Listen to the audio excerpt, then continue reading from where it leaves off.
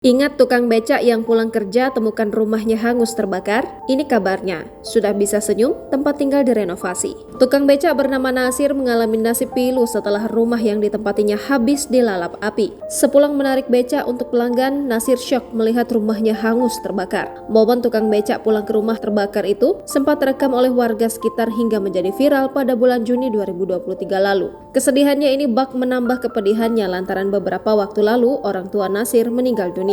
Rumah Nasir yang terletak di Kabupaten Baru, Sulawesi Selatan hangus hingga nyaris rata dengan tanah.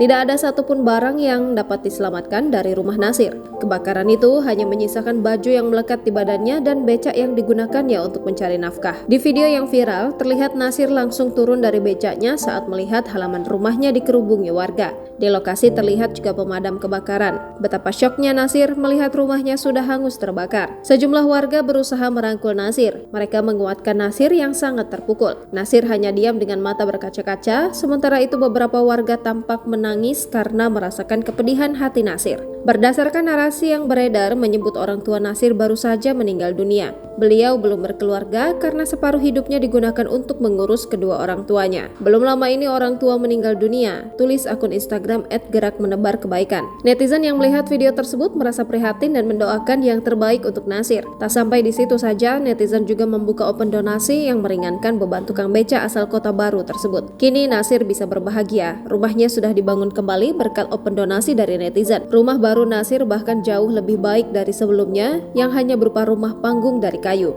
Rumah Nasir kini terbuat dari tembok batu bata dengan desain modern minimalis. Lantainya juga sudah memakai keramik dan ruang tamunya dilengkapi dengan perabotan yang layak.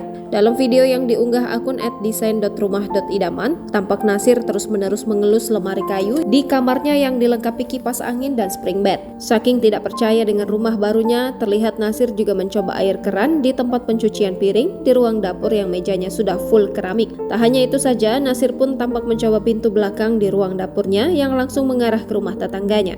Nasir pun bersyukur rumahnya dibangun jauh lebih baik dari rumah terdahulunya. Netizen yang mengetahui hal itu pun ikut bahagia melihat Nasir kini bisa tinggal di rumah barunya itu. Download Tribun X sekarang, menghadirkan lokal menjadi Indonesia.